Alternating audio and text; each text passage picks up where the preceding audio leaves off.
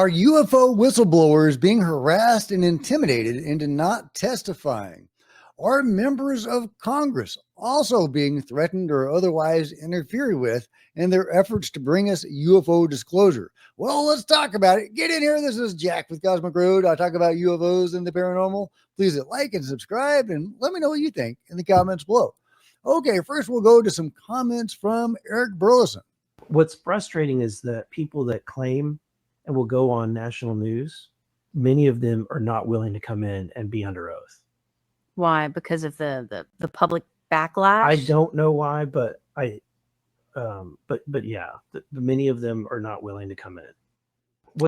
Now, we've been hearing previously that they are having a lot of trouble bringing these UFO whistleblowers in to testify, and these things keep getting pushed back and pushed back. Is one reason. Maybe they're afraid to go under oath. Maybe some of these guys are BSing, but I think there is a deeper truth, and that is that a lot of these people are being harassed and intimidated, as we've seen time after time with people like David Grush who have spoken to such things. Here, Jeremy Corbell is also talking about similar things. I know that UFOs and the subject itself are treated above weapons of mass destruction. In fact, weapons of mass destruction departments will often engage the UAP. They'll have a portfolio of UAP-related investigation because they know these power sources are dangerous if in the wrong hands. Right. I know that people in government and people outside of government have had profound contact with what they believe are non-human intelligence. I know that this has been guarded as a secret to the point where there are suspicious deaths of people that worked on the programs who were supposed to testify. I know that is a fact. Yeah. And I know there's ongoing investigations into that. I know that you have. Okay, well, that's really interesting. And that dovetails with what Chris Millen has said. He said he was due to meet a UFO whistleblower who then died suspiciously before Chris can meet with him. And that has apparently happened more than once. I think David Grush also talked about something like that. And Jeremy Corbell is saying he knows for a fact that people in these programs that were willing to testify have actually been taken out. So goes way beyond, not wanting to testify under oath. Really disturbing, really frustrating. We've had Michael Herrera take a step back from the UFO space, although he says he is still willing to testify under oath before Congress. Hopefully that will happen. We'll see in September if indeed the next UFO hearing goes forward. But it goes beyond UFO whistleblowers who are facing this sort of harassment. Here Jake Barber is describing what seems like interference in the halls of Congress. I found myself reaching out to the one thing that was always my get out of jail free card, which was I knew if anything got bad, I could go to members of Congress, particularly the Senate Intelligence Committee, the monitor for the CIA, and plead my case and ask for help. So we started there.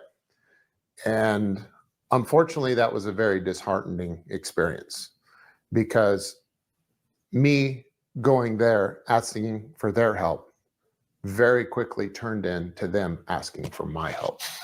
You're kidding? No. Which was extremely disappointing, to say the least. But they were scared. They were scared, and they were running into their own problems of being in fear of they were being harassed, and they were afraid for their own personal safety. So people investigating this UAP legacy program for Congress were feeling threatened. They were feeling threatened. And so, yeah, I thought that was very significant, that it's not just, the whistleblowers themselves, it's the investigators and people in Congress that are afraid of the UFO control group. Now, it shouldn't be a huge surprise. Heck, Michael Herrera was saying there are staffers embedded in Congress that are actually whispering in their ear on behest of the UFO control group, whispering either, bribery, the carrot or the stick, do this or else. So very frustrating that this is indeed going on or seems to be going on. Now, one thing that gives me hope is that, Jake Barber and his Skywatcher team are out there doing their thing. They are utilizing a lot of the same techniques that apparently the UFO control group itself is or was using to lure in UFOs. Now, the UFO control group was then apparently shooting them out of the sky or otherwise forcing them down, whereas Skywatcher is just trying to get evidence of it. But some of the same people involved in the black programs are doing it now in the public sphere, in the light, if you will, right? And they are still alive. Now, I don't know what sort of threats or intimidation they've been facing, but they are still alive. David Grush is still alive, no matter the bureaucratic terrorism that he says he experienced and other issues as well. People breaking into his house, God knows what else. Lou Elizondo, all of them have faced extreme backlash. So, there is definitely that aspect of it. Jeremy Corbell does talk about people being taken out still to this day to prevent them from coming forward. And I don't doubt that has happened. But there does seem to be a pro-disclosure group within the UFO control group that is allowing some of this information out. They're tired of being in the shadows, seemingly. And they want some of this out. And they are allowing it to come forward. And I guess we can cross our fingers and hope for the best on that. There is definitely forward momentum in Congress. There are further UFO hearings.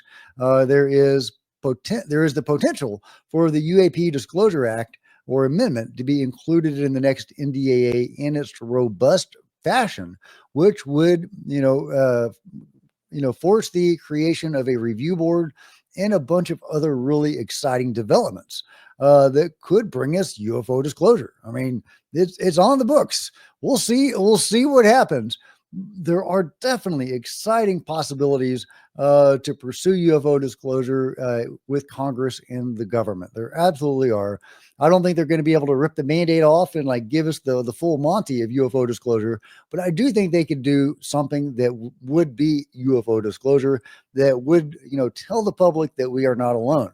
But we do have other programs like Skywatcher, like the Tedesco brothers, like Avi Loeb, like various other groups and organizations that are trying to push this forward and, bring us UFO disclosure. However, of course, we've already got UFO disclosure.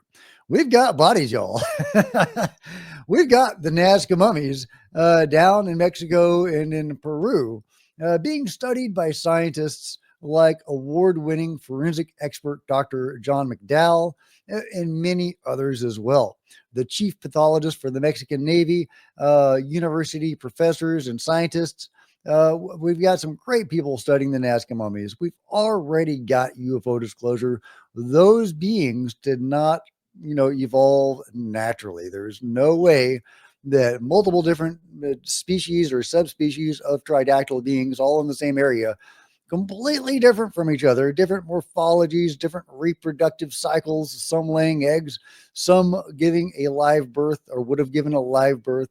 No way all of those guys clearly related to each other with a tridactyl template, and yet clearly not related to each other very closely.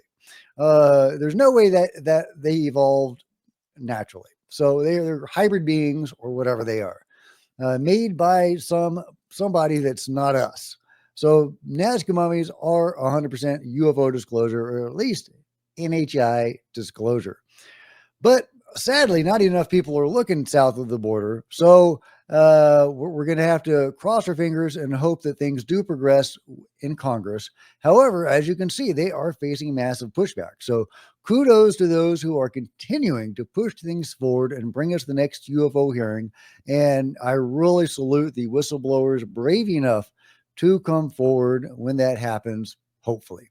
Let me know what you think about it all in the comments below. Like and subscribe. Hit the bell to be notified of future videos. You don't want to miss a thing. Join me on social media. There's Facebook and Twitter links below. Love to see you guys there. If you want to support Cosmic Road in a bigger way, consider grabbing a coffee mug or a t-shirt in the merch store below, or by becoming a channel member. Channel members are rock stars, and I really appreciate you guys' support. Thank you.